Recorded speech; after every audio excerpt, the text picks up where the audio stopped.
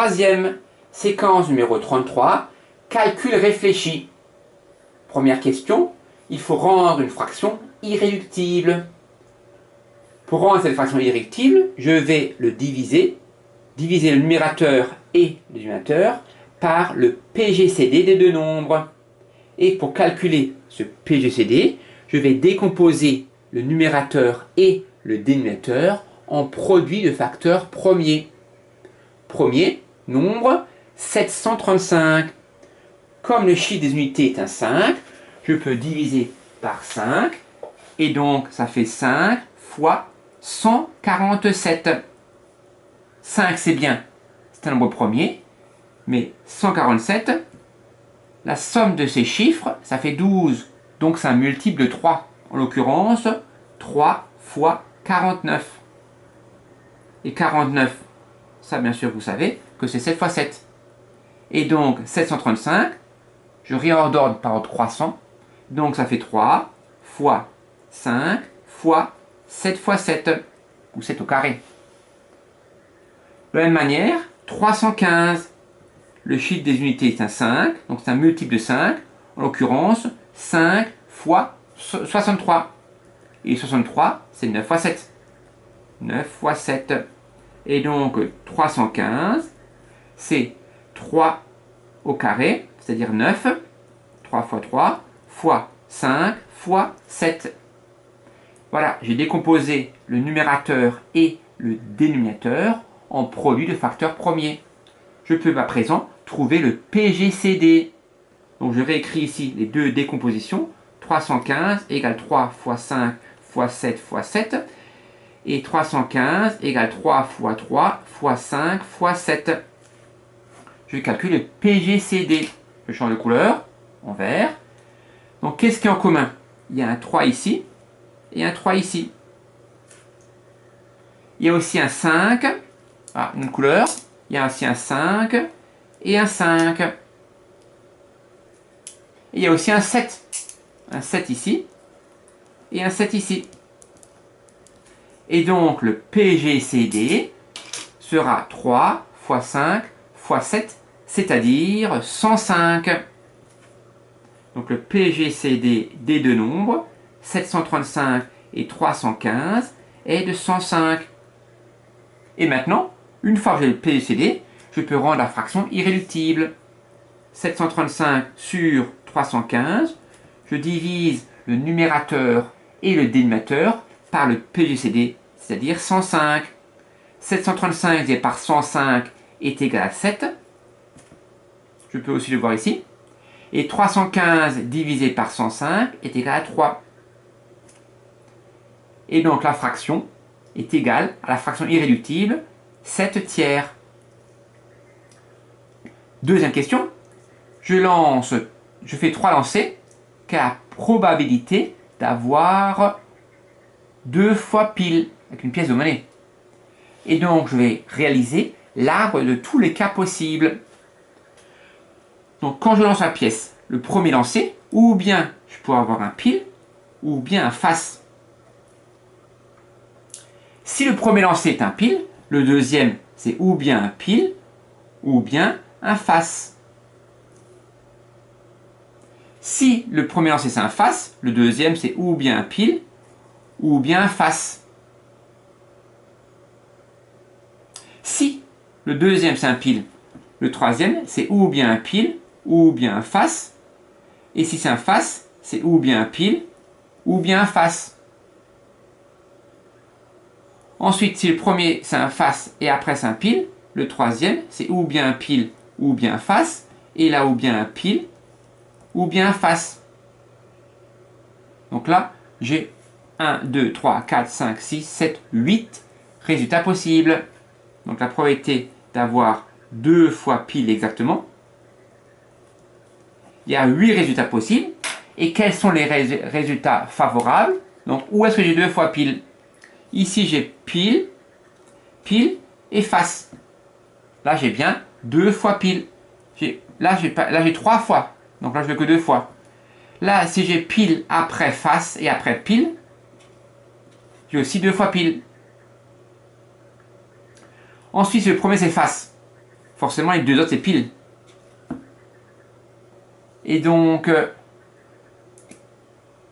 voilà. Et donc j'ai 3 résultats favorables sur 8 résultats possibles. Donc je répète, ça c'est le premier lancé, ça c'est le premier lancé, ça c'est le premier lancé, j'ai ou bien pile ou bien face. Le deuxième lancé, si le premier c'est pile, c'est ou bien pile ou bien face, et là ou bien pile ou bien face. Ça, cette colonne-là, ça représente le deuxième lancé, et là, c'est le troisième lancé. Une fois que j'ai fait la liste, j'ai dénombré tous les résultats possibles, je regarde les résultats favorables à mon expérience aléatoire, c'est-à-dire exactement avoir 2 fois pile. J'ai 2 fois pile, si j'ai pile pile face, ou pile face pile, ou face pile pile. Donc j'ai 3 résultats favorables sur un total de 8. Donc la probabilité de l'événement avoir 2 fois pile exactement est de 3/8. Troisième question, j'ai 2 fonctions et je vais chercher les points d'intersection des 2 droites. Première fonction, c'est la fonction kx associe 2x plus 2. Donc ça va faire, sa représentation graphique sera une droite. Par exemple, comme ça. Deuxième, c'est la fonction qui a g associe moins 3x plus 5. Sa représentation graphique sera une droite. Et donc, les coordonnées du point d'intersection doivent vérifier les 2 équations. Ça veut dire que je cherche le point x tel que f de x est égal à g de x. F de x est égal à 2x plus 2 et g de x est égal à moins 3x plus 5. Là, je résous l'équation. Pour me débarrasser du moins 3x, je rajoute 3x de chaque côté. Ça veut dire que 5x plus 2 est égal à 5. Et ici, pour me débarrasser du 2, je soustrais de chaque côté. Ça veut dire que 5x est égal à 3. Donc x est égal à 3 cinquièmes. 3 cinquièmes, ça fait dire 0,6. Ça veut dire que le point d'intersection des 2 droites aura pour abscisse 0,6. Et je cherche son ordonnée. Pour ce faire, je cherche l'image de 0,6 par la fonction f ou par la fonction g. L'image de 0,6, ça fera 2 fois 0,6 plus 2. 2 fois 0,6 plus 2. 2 fois 0,6, ça fait 1,2 plus 2, 3,2. C'est l'image de 0,6 par la fonction f, mais ça sera la même chose par la fonction g. Par la fonction g, l'image de 0,6, ça fait moins 3 fois 0,6, c'est-à-dire moins 1,8, plus 5, 3,2. Et donc le point d'intersection des 2 droites aura pour coordonnées 0,6 comme abscisse et 3,2 comme ordonnée. Je peux les tracer si vous voulez, mais j'ai quand même trouvé les coordonnées du point d'intersection. Pour les tracer, on fait comme d'habitude, on cherche les 2 points de la droite. Donc je fais un point, par exemple 0, l'image de 0 c'est 2. Et un autre point, par exemple 1, l'image de 1, 2 fois 1 ça fait 2, plus 2 ça fait 4. Et donc 0, 2, et là 1, 4, 1, 4, 1, 2, 3, 4. Donc à peu près ici pour la fonction f. Pour la fonction g, l'image de 0 c'est 5. 1, 2, 3, 4, 5. 1, 2, 3, 4, 5. Et l'image par exemple de 1, moins 3 fois 1 ça fait moins 3. Moins 3 plus 2. Moins 3 plus 2 ça fait 2. Donc 1 a pour image 2.